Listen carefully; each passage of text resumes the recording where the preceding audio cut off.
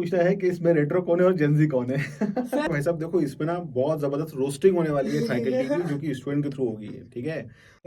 So hello everyone, you are listening to Aao Baatein Kare, an original podcast hosted by a college fresher, obviously me Divnoor Paveja, and आज हमारा topic है retro versus Gen Z love. So let's welcome our guest Minhaj.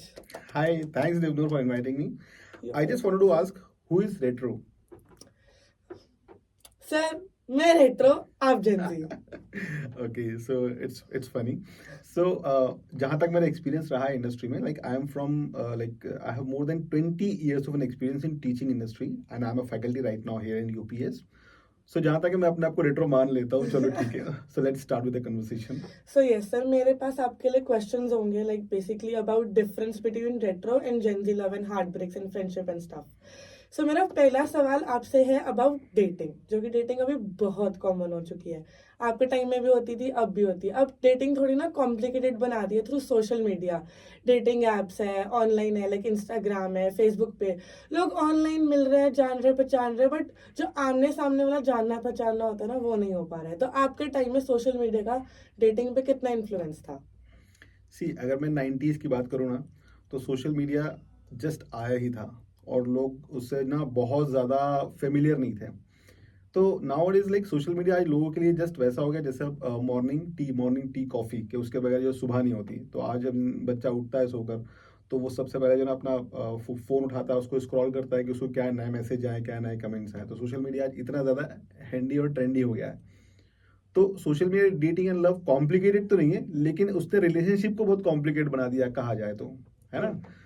सो हमारे time में कहा जाए 90s में social media का trend नहीं होने की वजह से जितना भी हमारे आसपास जो इकोसिस्टम और जो माहौल होता था, उसी में ही सब कुछ था। इंसान की लाइफ वहीं तक ही सीमित थी, वहीं तक ही स्टोर थी।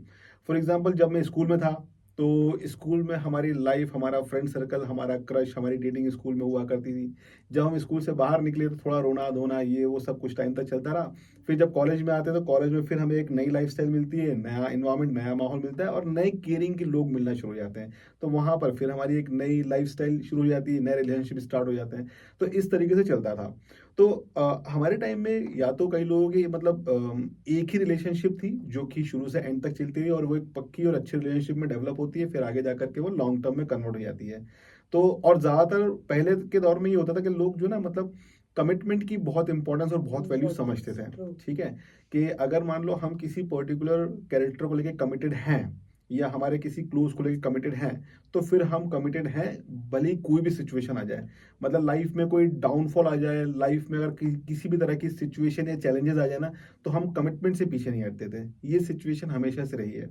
आज के दौर में ये जो ना ये सिर्फ कहा जाए तो इंस्टाग्राम, यूट्यूब वीडियोस या मोटिवेशनल वीडियोस बन के रह गए हैं। लेकिन रियल चैलेंजेस में जो है मतलब बहुत सेंसिटिव हो गया आज का जो जनरेशन न्यू है। टर्म्स भी आ गए, सिचुएशनशिप, बेंचिंग, कैजुअल, हम बस दोस्त हैं, लाइक बहुत कॉम्प्लिकेटेड बना दिया है.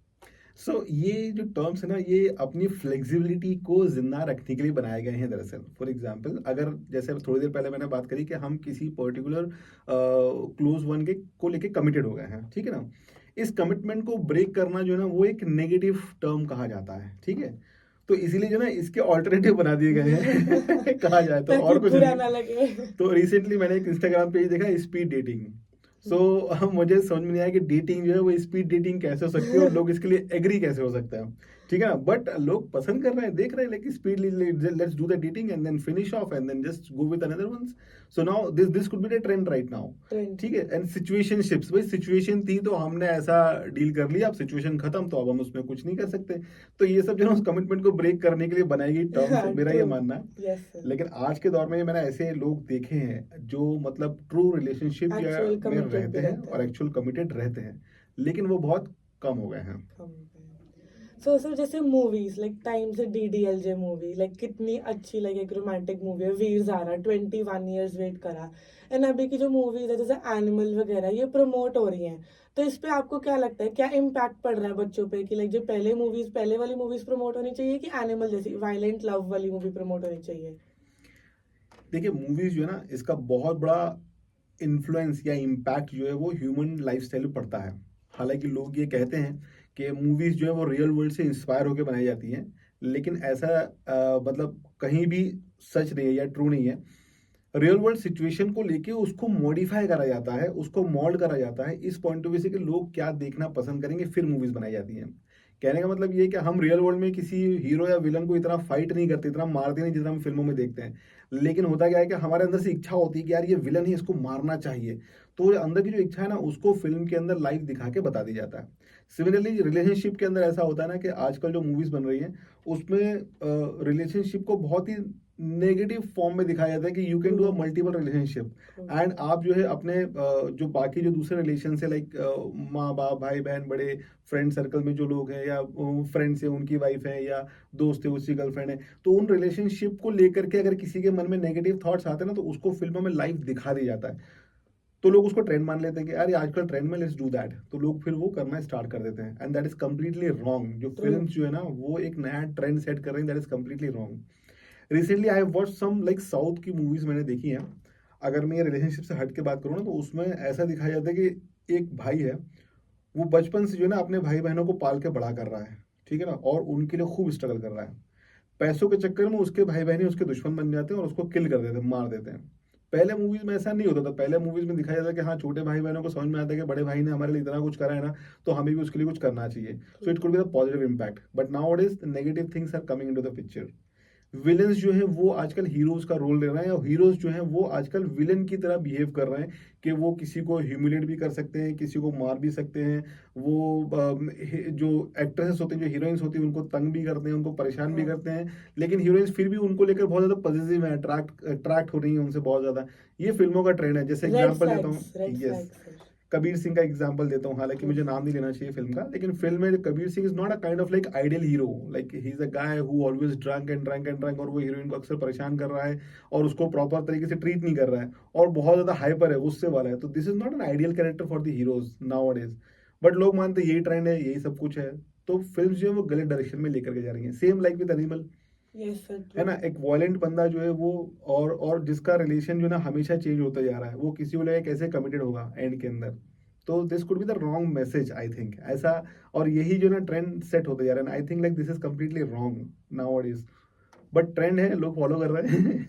सर आपके कॉलेज में कोई, आपके फ्रेंड ग्रुप में, आपके कोई फ्रेंड सर्कल में से कोई बात हुई हो, या फिर आपका कोई क्रश रहा हो, आपने अपने क्रश के लिए कुछ किया हो, आपकी कोई लव स्टोरी अगर आप शेयर करना चाहो तो?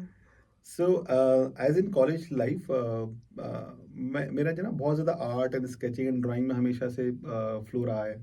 और आप जानते हो अक्सर कि जो जो जो लड़के टैलेंटेड होते हैं, और उन वो दरअसल बहुत लोगों के क्रश रहते हैं। लाइक हम अगर किसी का स्केच बना के दे दें तो वाओ कितना अच्छा स्केच है, प्लीज मेरा भी बना दो, एंड यस ऑल्सो सर, ये यस रहता था। सर। फिर I am good at like dancing also, तो लाइक हम्म। अक्सर लड़कियों का क्रश रहता है कि वाओ कितना अच्छा डांस करता है, एंड हर ऑल्सो। एक चीज में अच्छा। बट मेरा हमेशा से ऐसा रहा है कि हम थोड़ा सा जो ना मतलब साइकोलॉजिकली अपने आप को ट्रीट करते थे और थोड़ा थोड़ा फिलोसॉफी झाड़ते थे। तो फ्रेंड सर्कल अच्छा था, लड़कियां थी और हमारी एक क्रश भी थी। लेकिन हम एक ये थॉट प्रोसेस रख के चलते थे कि अगर मान लीजिए हमने किसी के साथ में कमिट हो गए, तो फिर हमारी लाइफ जो है ना देवदास जैसी हो जाएगी। सिंपल सी। कैसे कि पहले देवदास का बहुत अच्छा ट्रेंड था कि अगर मान लो हम किसी लड़की से प्यार करते हैं, और जब तक वो हाँ नहीं बोलेगी तब तक हम उसके पीछे पड़े रहेंगे, भले वो 1 साल 2 साल 3 साल हो जाए, ठीक है ना। वो बीमार पड़ती तो हम बीमार पड़ जाते हैं, क्रश में ठीक भी है। कमिटमेंट थी मतलब। ऑब्वियसली। और यू नेवर नो, हो सकता है वही मेरी वाइफ हो आज। You never know. सो मैं वो रिवील नहीं करना चाहता यहाँ पे, लेकिन आप ओके। मान के चलो कि एक क्रश है, उसके साथ हमारा कमिटमेंट है। तो अगर उसकी तबीयत खराब है तो हमारी भी तबीयत खराब हो गई, वो आज कुछ खाना नहीं खा रही तो हम भी हम खाना भी नहीं नहीं खा रहा खाएंगे। है ना। और उसकी लाइफ में कोई टेंशन है तो वो हमारी टेंशन है। भले वो पर्सनल टेंशन की नहीं, वो हमारी भी टेंशन हो जाती है, ठीक है ना। उसके पेरेंट्स उसकी बात नहीं मान रहे तो वो हमारे लिए विलन हो गया। तो कहने का मतलब कि उसकी हर प्रॉब्लम, हर परेशानी वो हमारी हो जाती थी। तो हमें लगता था कि यार हम मतलब देवदास नहीं बन जाए, और देवदास को हम शॉर्ट फॉर्म में बोलते थे डीडी डीडी डीडी वन। दीदी। सो अक्सर हमारे जो फ्रेंड्स जो होते हैं, जो बहुत ज्यादा मतलब इसमें रिलेशनशिप में इन्वॉल्व रहते थे, तो हम उनको DD1 DD2 DD3 ऐसे बुलाया करते थे नाम से। और हमने हमारा फ्रेंड सर्कल लगभग ऐसा रखा कि सबके साथ में ओपनली और हेल्दी रिलेशनशिप के साथ में रहें, और रिलेशनशिप जो है वो ज्यादा डिटेल में या डीप में लेकर के ना जाए। ये हमारा शुरू से एक